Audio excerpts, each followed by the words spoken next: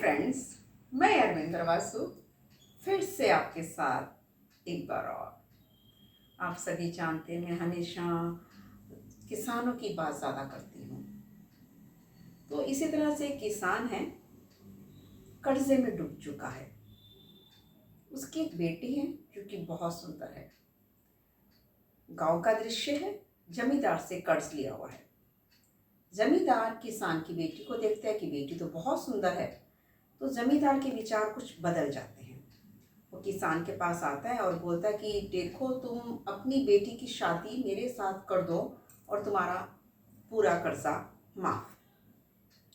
किसान और उसकी बेटी बहुत सख्ते में आ जाते हैं, क्योंकि जमींदार बहुत कुरूप है, बहुत बड़ी उम्र का है। अब जब जमींदार देख लेता है कि ये तो मेरी बात सुन नहीं रहे हैं, तो वो कहता है कि ऐसा करते हैं, हम तीनों मिलके पंचायत के पास चलते हैं और जो भी पंचायत का फैसला होगा वो तो हमें मानना ही पड़ेगा। सब मिलकर पंचायत के पास चले जाते हैं। पंचायत के सामने पूरी कहानी रखी जाती है। तो पंचायत कहती है कि मामला थोड़ा उलझा हुआ है, तो इसका तरीका भी कुछ ऐसा ही होगा, किस्मत के ऊपर। तो यहाँ पर बहुत सारे पत्थर फैले हुए हैं, सफ़ेद और काले रंग के। तो जमींदार उसमें से एक सफ़ेद और एक काले रंग का पत्थर उठाएगा और थैले में डाल देगा। उस लड़की को बिना देखे उस थैले में हाथ डालकर एक पत्थर निकालना पड़ेगा।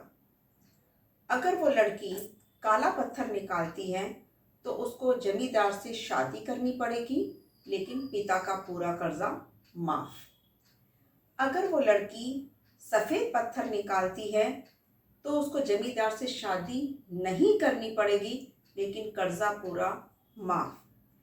लड़की के पास तीसरा ऑप्शन भी है, वो पत्थर उठाने से ही मना कर सकती है, लेकिन तब उसके पिता को जेल में जाना पड़ेगा। लड़की मान जाती है और जमींदार को पत्थर उठाकर एक थैले में डालने के लिए कहा जाता है। जमींदार बहुत होशियार है, चालाक है। वो क्या करता है, धीरे से दोनों काले पत्थर उठा लेता है। लड़की वो देख लेती है और वो थैले में डाल लेता है।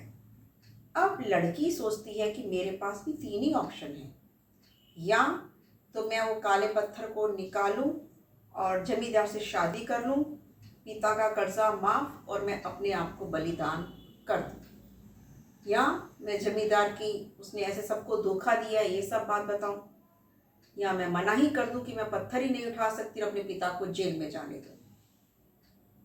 लेकिन तभी उसे कुछ एक और विचार आता है। देखिए क्या विचार।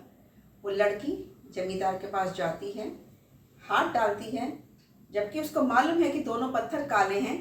एक पत्थर उठा लेती है। पत्थर उठाने के बाद कुछ ऐसी एक्टिंग करती है कि पत्थर फिसल के नीचे गिर गया और सब पत्थरों के अंदर मिल गया। लड़की बोलती है पंचायत से, मैं कितनी पागल हूँ, मैं कितनी फुड़ हूँ, मुझसे कोई काम बराबर से नहीं होता, मुझे माफ़ कर दीजिए। हाँ, लेकिन आपके पास एक अभी है कि आप थैले में चेक कर लीजिए ना, अगर उसके अंदर जोन सा भी पत्थर है, जो दूसरे रंग का पत्थर होगा वो मैंने गिरा दिया होगा। थैला खोला जाता है, उसके अंदर पत्थर काले रंग का है। तो सब समझ जाते हैं कि लड़की ने सफ़ेद रंग का पत्थर उसके हाथ में था, जो कि उससे गिर गया।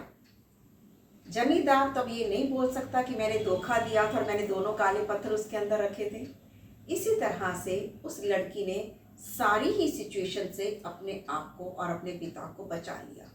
यही होता है हम सभी के साथ। कभी ना कभी इतने बुरे हालात के अंदर हम लोग फंस जाते हैं और हमको लगता है कोई रास्ता नहीं है, हम इस प्रॉब्लम से नहीं निकल सकते।